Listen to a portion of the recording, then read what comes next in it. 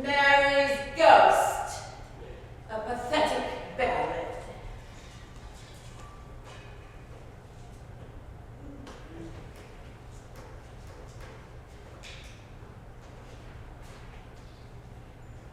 "'Twas in the middle of the night, to sleep young William tried, when Mary's ghost came stealing in and stood at his bedside.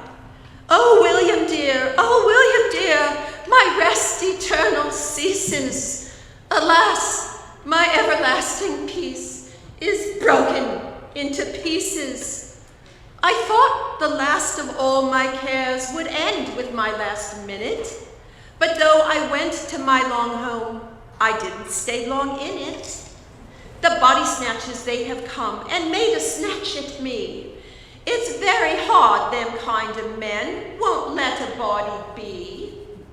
You thought that I was buried deep, quite decent like a cherry, but from her grave in Marybone they've come and boned you, Mary. The arm that used to take your arm is took to Dr. Weiss, and both my legs are gone to walk the hospital at Guy's. I vowed that you should have my hand, but fate gives us denial. You'll find it there at Dr. Bell's, in spirits and a phial. As for my feet, the little feet you used to call so pretty, there's one I know in Bedford Row, to others in the city. I can't tell where my head is gone, but Dr. Carpool can. As for my trunk, it's all packed up to go by Pickford's van. I wish you'd go to Mr. P and save me such a ride. I don't half like the outside place they've took for my inside. The cock it crows, I must be gone. My William, we must part, but I'll be yours in death, although Sir Astley has my heart. Don't go to weep upon my grave and think that there I be. They haven't left an atom there of my anatomy.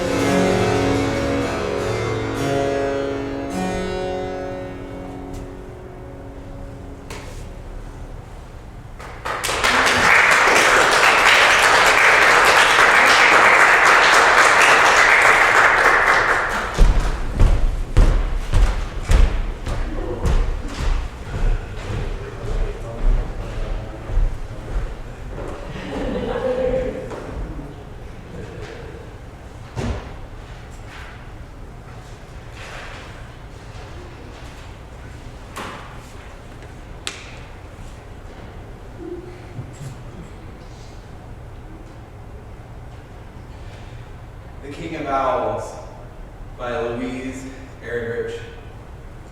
An author's note. It is said that playing cards were invented in 1392 to cure the French king, Charles VI, of madness. The suits in some of the first cards consisted of doves, peacocks, ravens, and owls. They say I am excitable.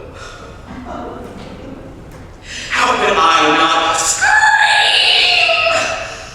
The Swiss monk's tonsure spun till it blurred, yet his eyes were still. I snapped my gator hard to stuff back my mirth. Lords, then he began to speak. Indus caratum, he said, presenting the game of cards in which the state of the world is excellently described and figured. He decked his mouth, as they do, a solemn stitch, and left cards in my hand. I cast them down. What need I have for amusement? My brains a bark. Yet your company plucked them from the ground and began to play. Lords, I wither. The monk spoke right, the mealy wretch. The sorry patterns show the deceiving constructions of your minds. I have made the deuce of ravens my sword, falling through your pillows and rising, the wing blades still running with the jugular blood. Your bodies lurch through the steps of an unpleasant dance. No loops play. I have silenced the loops. I keep watch in the clipped, convulsed garden. I must have silence to hear the messenger's footfall in my brain. For I am the king of owls. Where I float, no shadow falls. I have hungers, such terrible hungers, you cannot know. Lords, I sharpen my talons on my bones.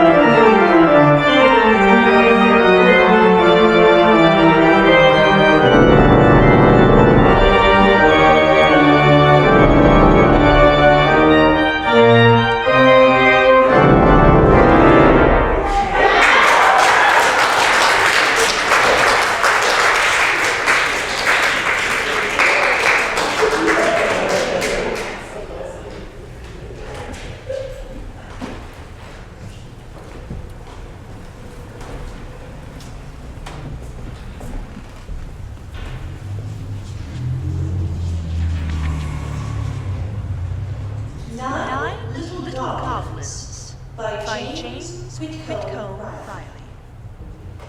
They all climbed up a high board fence. 9 little goblins with green glass eyes. 9 little goblins that had no sense and couldn't tell coppers from cold mince pies. And they all climbed up on the fence and sat, and I asked them what they were staring at. And the first one said, as he scratched his head with a queer little arm that reached out of his ear and rasped its claws in his hair so red, "This is what this little arm is for." And he scratched and stared, and the next one said, "How on earth do you scratch your head?" And he laughed like the screech of a rusty hinge, laughed and laughed till his face grew black. And when he clicked with a final twinge of his stifling laughter, he thumped his back with a fist that grew on the end of his tail, till the breath came back to his lips so pale.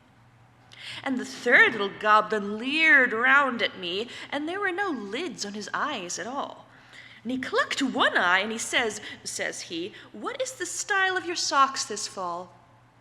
And he clapped his heels, and I sighed to see that he had hands where his feet should be. Then a bald-faced goblin, gray and grim, bowed his head, and I saw him slip his eyebrows off as I looked at him, and paste them over his upper lip. And then he moaned in remorseful pain, Would I'd me brows again." And then the whole of the goblin band rocked on the fence top to and fro, and clung in a long row, hand in hand, singing the songs that they used to know, singing the songs that their grandsires sung in the goo-goo days of the goblin tongue. And ever they kept their green glass eyes fixed on me with a stony stare, till my own grew glazed with a dread surprise, and my hat whooped up on my lifted hair. And I felt the heart in my breast snap too, as you've heard the lid of a snuff-box do. And they sang, "You're asleep! This is no board fence, and never a goblin with green glass eyes. 'Tis only a vision the mind invents after a supper of cold mince pies. And you're doomed to dream this way," they said, "and you shan't wake up till you're clean plumb dead."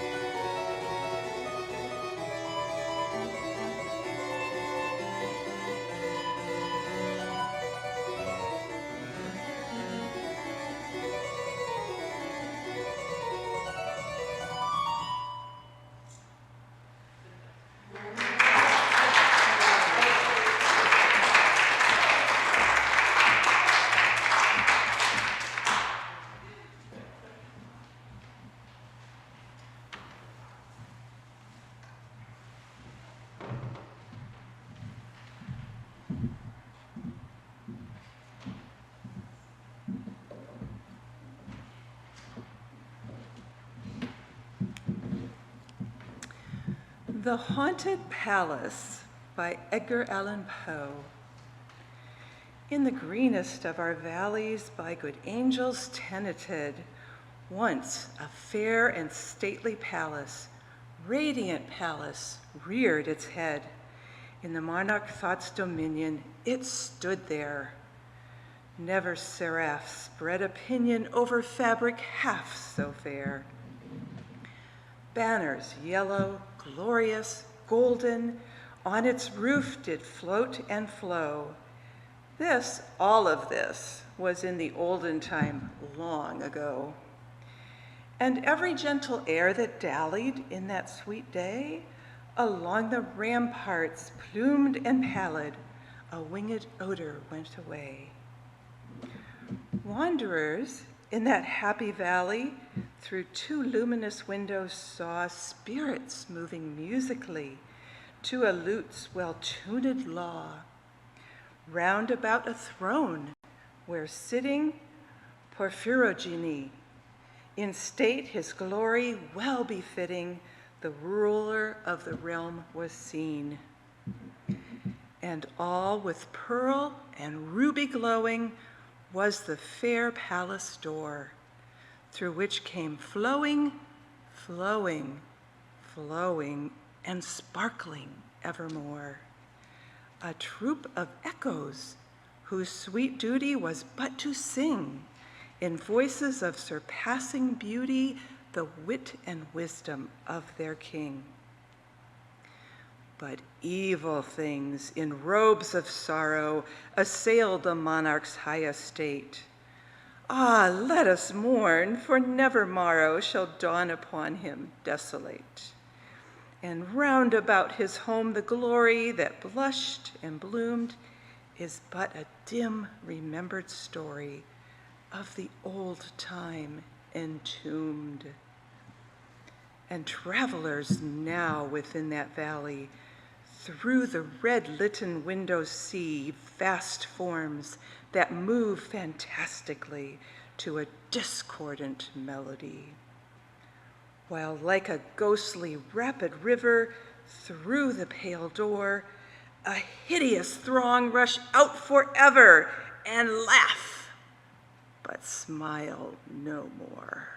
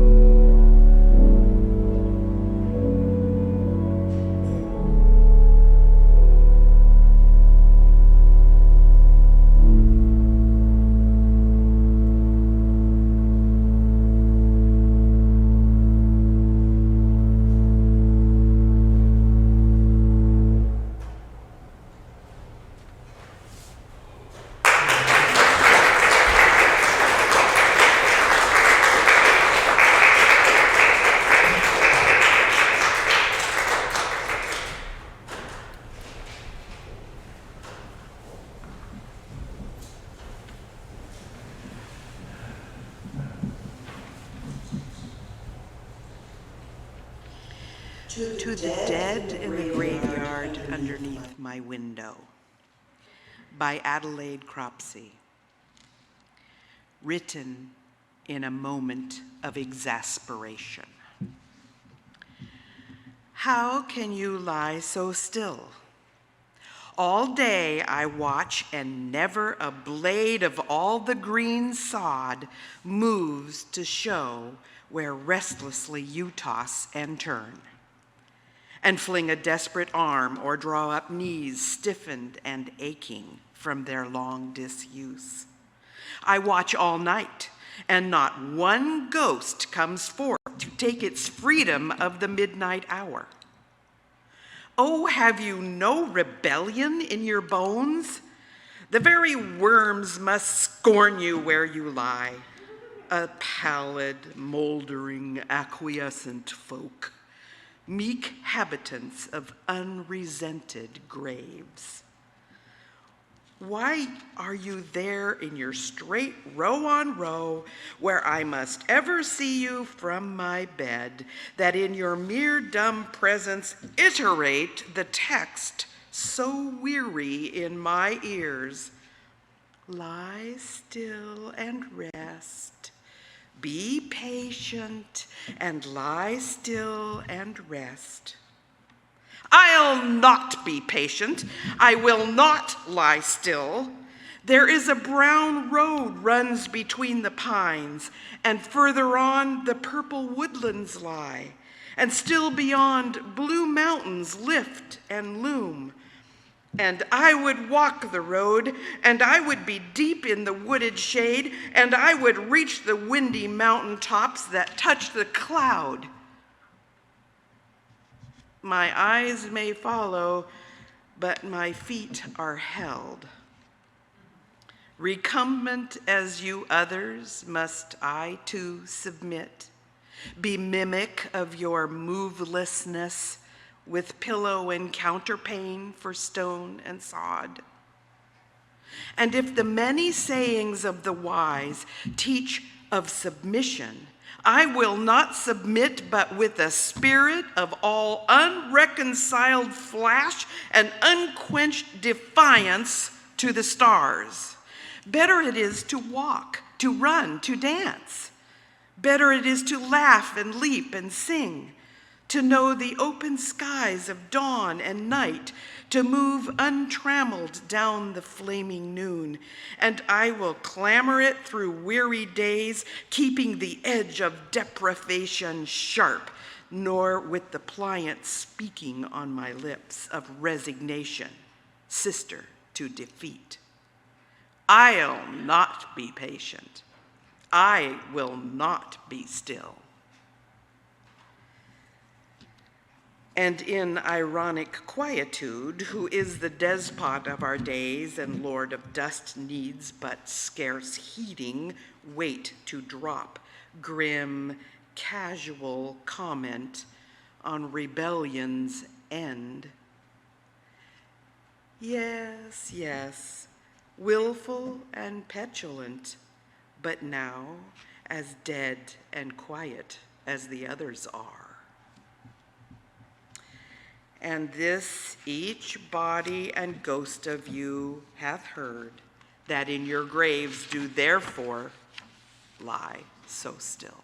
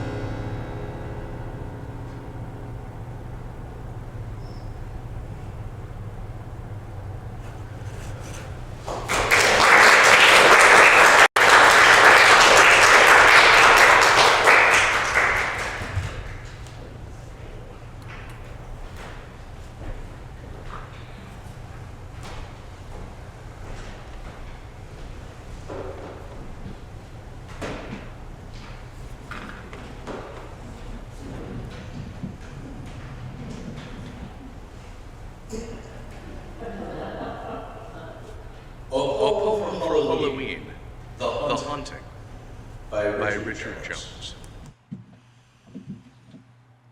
In screaming woods and empty rooms, or gloomy vaults and sunken tombs, where monks and nuns in dust decay and shadows dance at close of day, where the bat dips on the wing and spectral choirs on breezes sing, where swords of ancient battles clash and shimmering shades for freedom dash, where raging storms at midnight howl and distant rolls of thunder growl, where the hounds of hell take flight and ghost clouds race across the night, where silver webs of spiders weave and star-crossed lovers take their leave, where curses lay the spirits low and mortal footsteps fear to go,